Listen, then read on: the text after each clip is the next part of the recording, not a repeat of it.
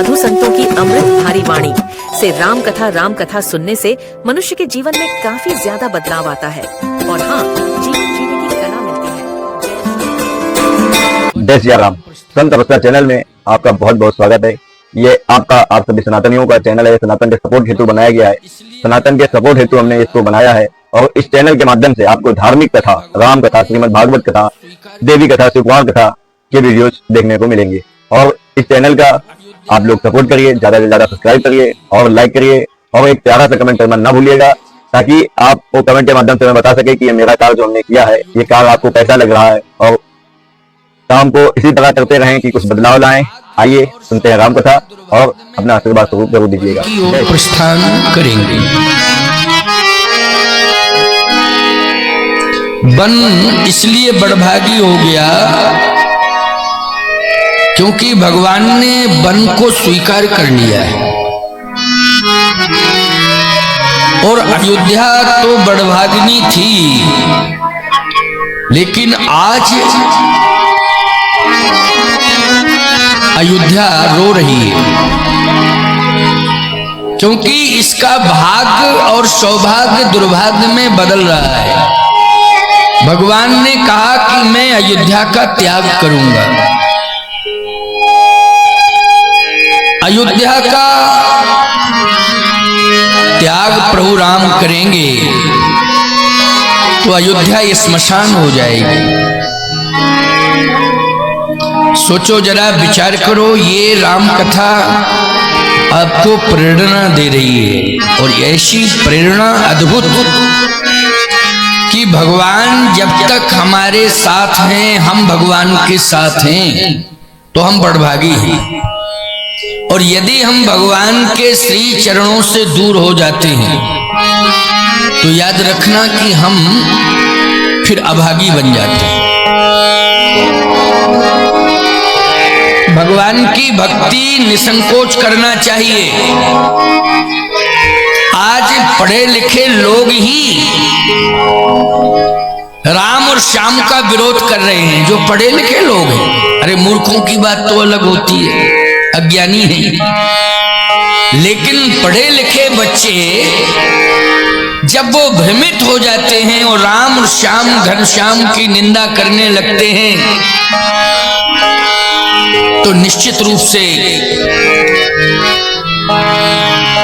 उनके पुरखों को तो बहुत दुख होता है, क्योंकि उनके पुरखों ने ये बात सुनी नहीं अपने कानों से कि देवी देवताओं का विरोध करना चाहिए।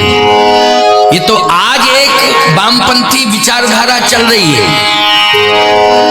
उनके पुरखों ने तो देवी देवताओं को मनाया है, देवी देवताओं की पूजा की है और उनसे सब कुछ प्राप्त किया है, यहाँ तक कि आज जो भी तुम्हें मिल रहा है वो निश्चित है उन पुरखों के आशीर्वाद से, और जिन पुरखों ने भगवान की पूजा की है उन भगवान की कृपा के बल पर सब कुछ प्राप्त हो रहा है। लेकिन इसके बाद भी अगर इस प्रकार की कोई देवी देवताओं की निंदा करे, तीर्थों की निंदा करे, यज्ञ की निंदा करे, भजन की निंदा करे, पूजन की निंदा करे, तो ये सबसे बड़े दुर्भाग्य की बात है। आज वैसे भी तो सब अपना अपना कर्तव्य छोड़ रहे हैं। सब नौकरी के चक्कर में है कि हमें नौकरी मिल जाए। कोई विरासतन जो परंपरा मिली है उस परंपरा से लोग दूर होते जा रहे हैं। हमें केवल सरकार और व्यापार दो ही चाहिए। नहीं, वास्तविकता से दूर मत होना। सरकार से जुड़ो, व्यापार से जुड़ो, नौकरी करो, राजनीति करो, लेकिन धर्म को मत छोड़ो। धर्म ये नहीं कहता है कि आप व्यापार न करें, धर्म ये कहता है कि गलत व्यापार न करें। धर्म ये नहीं कहता है कि आप नौकरी न करें, धर्म ये कहता है कि नौकरी में भ्रष्टाचार न करें। धर्म तो ये कहता है आप भ्रष्टाचार न करें। धर्म तो आपको सद्मार्ग की प्रेरणा देता है, इसलिए धर्म को क्यों छोड़ा जाए। धर्म की सत्ता से दूर नहीं होना चाहिए, धर्म को सदा स्वीकार करते रहना चाहिए, धर्म के साथ जुड़ना चाहिए, धर्म के सिद्धांत पर चलना चाहिए। श्री राम कथा मंच आपको यही प्रेरणा दे रहा है। भगवान शंकर ने कहा पार्वती वो सबसे बड़े अभागी हैं जो राम चरणों से दूर हैं, इसलिए अयोध्या से राम दूर हो रहे तो अयोध्या भी अभागिनी की कोटि में पहुंच गई। हे बड़भागी बन अबध अभागी, बड़भागी बन अवध अभागी, बड़भागी बन अवध अभागी, बड़भागी बन अवध अभागी।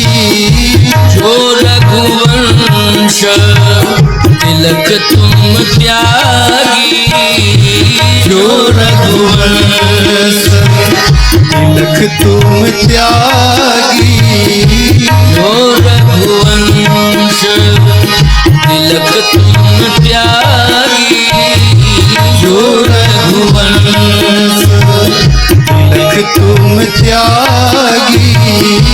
बड़भागी बन अवध अभागी, बड़भागी बन अवध अभागी।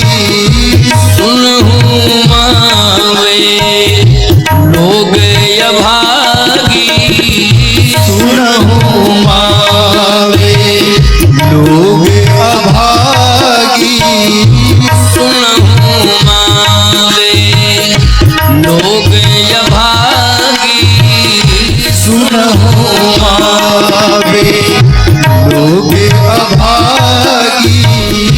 हरि तज होई विषय अनुरागी, हरि तज होई विषय अनुरागी, हरि तज होई विषय अनुरागी, हरि तज होई विषय अनुरागी। सुनहु मावे लोग अभागी। वो लोग अभागी हैं जो भगवान से दूर हो गए हैं। आज अयोध्या को भी दुर्भाग्य से जोड़ दिया है, क्योंकि भगवान ने त्याग करने का संकल्प ले लिया है। लेकिन मैं एक बात कहना चाहता हूं, ये जो भी हो रहा है भगवान की इच्छा से हो रहा है। भगवान ही योजना बना के आए हैं और ब्रह्मा ने भगवान के अनुसार ही विधान बनाया है, और भगवान ही आज कैकेयी मां को प्रेरित कर रहे हैं कि मुझे वन भेजो। और कैकेयी आज हट कर रही है दशरथ जी महाराज से कि भले ही प्राण चले जाएं लेकिन दिया हुआ वचन वापस नहीं होना चाहिए। रघुकुल रीति सदा चली आई, प्राण जाहि बर वचन जाई। रघुकुल की यही रीति है कि प्राण चले जाएं लेकिन वचन नहीं जाता है। दिया हुआ वचन उसका पालन होना चाहिए। सोचो, विचार करो जरा। पत्नी आज स्वयं इस बात को कह रही है, प्राण भले ही चले जाएं लेकिन जो वचन दिया है उसका पालन होना चाहिए, क्योंकि रघुकुल की रीति है। रीति का निर्वाह करो। सोचो, विचार करो। प्राण जो है व्यक्ति के कर्म पर डिपेंड है, किसके प्राण कब जाते हैं और कितने वर्ष बाद जाते हैं और किस विधा से जाते हैं, कौन से कारण से जाते हैं, ये कर्म पर डिपेंड करता है। बोलो करता है कि नहीं करता है? अच्छा, यदि ये कह दिया जाए कि नहीं, जो नारी अपने पति को खो चुकी है वो अभागिनी है, तो मैं आपसे पूछ रहा हूं, इस समय जो है भारत और पाकिस्तान आमने सामने हैं और भारत ने संकल्प ले लिया है कि आतंकवादियों को तो रहने ही नहीं देंगे। जो फौजी छुट्टी पर आए थे उनको वापस बुलाया जा रहा है, उनकी पत्नियां आरती उतार के उन्हें भेज रही हैं। तमाम वीडियो वायरल हो रहे हैं, आप देख रहे हो इस समय, वो आरती उतार के भेज रही हैं।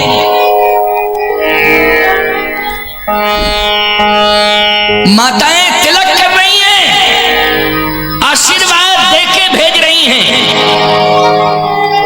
मैं आपसे पूछ रहा हूं, दुश्मन की गोली कभी भी मृत्यु का कारण बन सकती है, ये कहा नहीं जा सकता है। लेकिन याद रखना, जो भारतीय सैनिक राष्ट्र के लिए शहीद हो जाएगा उसकी पत्नी को हम अभागिनी नहीं कह सकते हैं प्यारे, अभागिनी नहीं कह सकते, क्योंकि वो देश के लिए शहीद होगा। कैसे हम उसकी पत्नी को अभागिनी कहेंगे? उसने तो पूरी तरह से समझ लिया है कि कभी भी कुछ भी हो सकता है, लेकिन नहीं, हम अपने पति को देश की रक्षा के लिए समर्पित कर रहे हैं। मां ने कहा, मैं अपने बेटे को राष्ट्र की सेवा में समर्पित कर रही हूं। कैसे कहा जाएगा उस मां से कि तूने ही तो अपने बेटे को भेजा है तिलक लगा के? कैसे कहा जाएगा उस पत्नी से कि तूने ही तो अपने पति को आज आरती उतार के भेजा है? राष्ट्र के लिए समर्पित किया है। किसके लिए? राष्ट्र के लिए। ऐसे तो कीट पतंग भी जीते हैं, कीड़े मकोड़े भी जीते हैं। जीने के लिए तो 84 लाख योनियों में जितने प्राणी हैं सब जीते हैं, लेकिन उसी का जीना सार्थक है जो राष्ट्र के लिए मरता है। उसी का जीना सार्थक है जो राष्ट्र के लिए मरता है। और वो मरता नहीं है, वो अमर होता है। क्या होता है? अमर होता है। इसलिए मैं कहना चाहता हूं कि कैकेयी जी ने अगर इस बात को कहा है कि रघुकुल रीति सदा चली आई, प्राण जाए पर वचन न जाई, इसका अर्थ यह है कि आपके प्राण भले ही चले जाए हे स्वामी, लेकिन इस धरती से धर्म नहीं जाना चाहिए। धर्म जो है सुरक्षित होना चाहिए, धर्म की रक्षा होनी चाहिए। इसके लिए प्राणों की परवाह मत करो। क्यों भाई, अर्थ निकल के आ गया कि नहीं आ गया कि प्राणों की चिंता मत करो, धर्म की चिंता करो, राष्ट्र की चिंता करो। ये लंका के आतंकवादियों ने भारत में गुप्त चौकियां बना रखी हैं और ये इनके गुप्त ठिकाने न जाने कितने ऋषि मुनि महात्माओं के आश्रमों पर बम ब्लास्ट कर रहे हैं, न जाने कितने ऋषि मुनि महात्माओं की यज्ञशालाओं में आग लगा रहे हैं, न जाने कितनी गौशालाओं को जला रहे हैं। ये सब लंका से आए।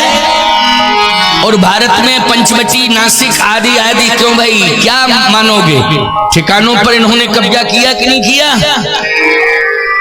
लेकिन नहीं, यज्ञ नष्ट नहीं होना चाहिए, गौशालाओं में आग नहीं लगनी चाहिए, महात्माओं का अस्तित्व समाप्त नहीं होना चाहिए, धर्म का अस्तित्व नहीं मिटना चाहिए। इसके लिए भले ही आपको प्राण देने पड़े तो आप प्राण दे देना, लेकिन राम को धर्म की रक्षा के लिए वन अवश्य भेजना। किसकी रक्षा के लिए? धर्म की रक्षा के लिए, आर्य संस्कृति की रक्षा के लिए राम को वन भेजना है। जो काम, यद्यपि भरत जी भी जाने को तैयार हैं वन, कि मैं भी वन चला जाऊंगा, बाद में आके यही कहेंगे भरत जी, और भगवान से भी कहेंगे भैया आप अयोध्या जाओ, हम तो वन में रहेंगे। लेकिन जो काम श्री राम जी करेंगे वो काम भरत जी नहीं कर पाएंगे। बोलो भाई, करेंगे क्या? नहीं, भरत जी नहीं कर पाएंगे जो कार्य श्री राम करेंगे, क्योंकि अलग अलग पावर है ना। क्यों भाई, अलग अलग पावर है कि नहीं? जैसे भरत जी भजन ज्यादा करते हैं, इतना भजन करते हैं भरत जी, इतना भजन करते हैं कि राम जी स्वयं भरत का भजन करने लगे। भरत भरत भरत भरत। तो भजन की ताकत किसके पास है? जल्दी बोलो, भरत जी के पास है ना भजन की ताकत। भरत जी में करुणा है, दया है, क्षमा है। राम जी में भी करुणा है, दया है, क्षमा है। लेकिन प्यारे भरत का तो ये भाव है कि मैं भजन ही करूंगा, मेरा संकल्प है कि मैं भजन करूंगा।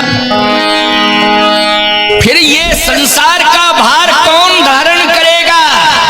भरत जी ने कहा अनन्यास चिंतयन्तो माम ये जन्हा परिउपास्ते तेषां नित्याभियुक्तानां योगक्षेमं वहाम्यहम्। पूरा भार हमने भगवान के हाथ में सौंप दिया है, अब भगवान ही संभालेंगे। तो भरत जी की सोच भी अच्छी है भाई, उन्होंने तो भगवान पर छोड़ दिया है। तो बोलो, भगवान की जिम्मेवारी बढ़ गई है कि नहीं बढ़ गई है? भगवान की जिम्मेवारी बढ़ गई है, इसलिए भगवान को तो निर्वाहन करना ही पड़ेगा। भरत जैसे जो महात्मा भजन कर रहे हैं उनकी रक्षा भी भगवान को करनी पड़ेगी, और जो राक्षस अतिक्रमण कर रहे हैं उनको भी मारना पड़ेगा, और जो यज्ञ असमर्थ हो रहे हैं, नहीं हो पा रहे हैं, उनको भी करना पड़ेगा, और जो गौ माताएं करुण पुकार कर रही हैं उनकी रक्षा भी करनी पड़ेगी। नमो ब्रह्मण्य देवाय गौ ब्राह्मण हिताय चो जगत हिताय कृष्णाय गोविंदाय नमो नमः। इसलिए केकई अम्बा का ये कठोर कदम ये राष्ट्र के लिए है, ये सनातन संस्कृति की रक्षा के लिए है। प्राण भले ही चले जाएं, लेकिन धर्म का अस्तित्व समाप्त नहीं होना चाहिए, ये भाव है। दशरथ जी ने कहा केकई राम तो चले जाएंगे लेकिन मेरे प्राण चले जाएंगे। अब दशरथ जी के प्राण राम जी के वनवास के कारण नहीं जा रहे हैं, दशरथ जी के प्राण तो दशरथ जी के किए हुए कर्म के कारण जा रहे हैं, क्योंकि श्रवण कुमार के माँ बाप ने श्राप दे दिया है कि तुमने मेरे बेटे का वध किया है, और जैसे हमारा निर्दोष बेटा मारा गया है, कोई दोष नहीं था। ए दशरथ, भले ही धोखे से तुमने बाण दिया है, लेकिन मेरा जीवन का सहारा वही था, निर्दोष था, कभी उसने अपराध नहीं किया है, लेकिन तुमने निर्दोष बालक को मारा है, और मैं तड़प तड़प करके प्राण त्याग रहा हूं। माता पिता ने श्राप दे दिया कि ठीक इसी प्रकार से तुम भी अपने पुत्र के वियोग में तड़प तड़प करके प्राण त्यागोगे। क्यों भाई? कर्म के अधीन महाराज श्री दशरथ जी का जीवन हो गया और वही प्रायश्चित महाराज ने किया है जब प्राण निकलने लगे और महाराज को तड़प तड़प के प्राण त्यागने पड़े। क्यों भाई त्यागने पड़ेगी नहीं, तड़प तड़प के। अब सुनते जाइए आप, क्योंकि वनवास की कथा हो रही है ना। राम वनवास, वनवास का हेतु क्या है? क्या कैकेयी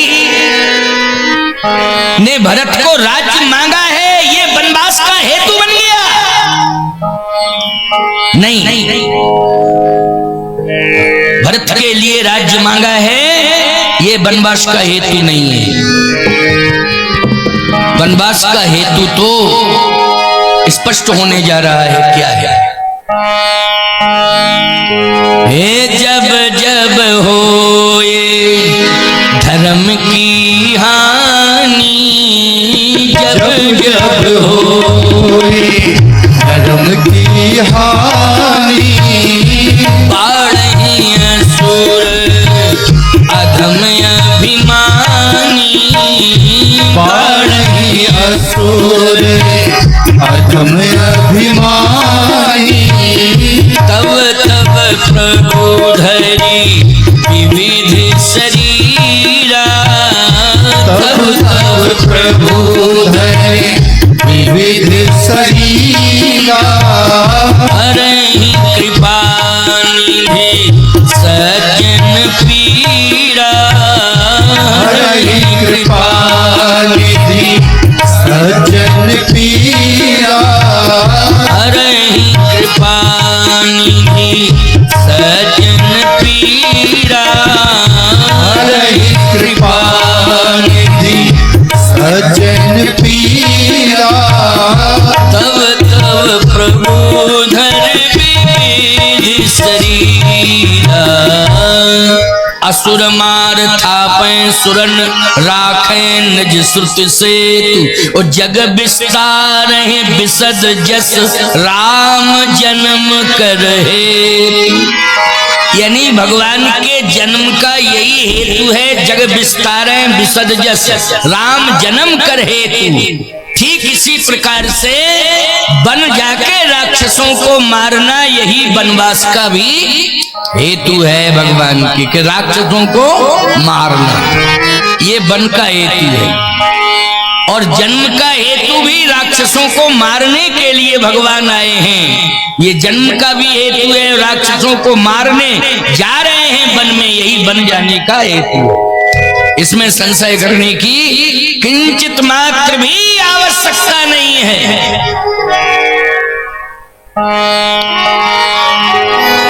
दशरथ जी ने कहा मैं विचार कर रहा हूं। अब देखो, विचार के लिए उन्होंने समय मांगा है, विचार के लिए समय तो मांगा जा सकता है।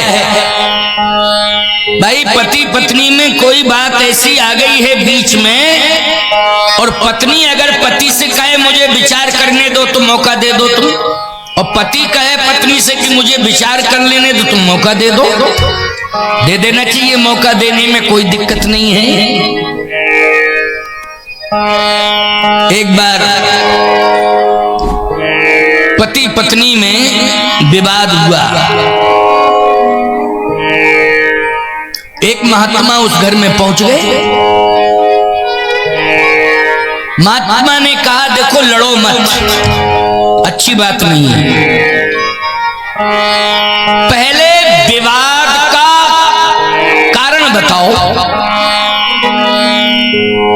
और हो सकता है कि मैं तुम्हारे विवाद को शांत करा दूं अपना सुझाव देकर, लेकिन लड़ना नहीं है, पहले कारण बताओ। पत्नी ने कहा कारण यही है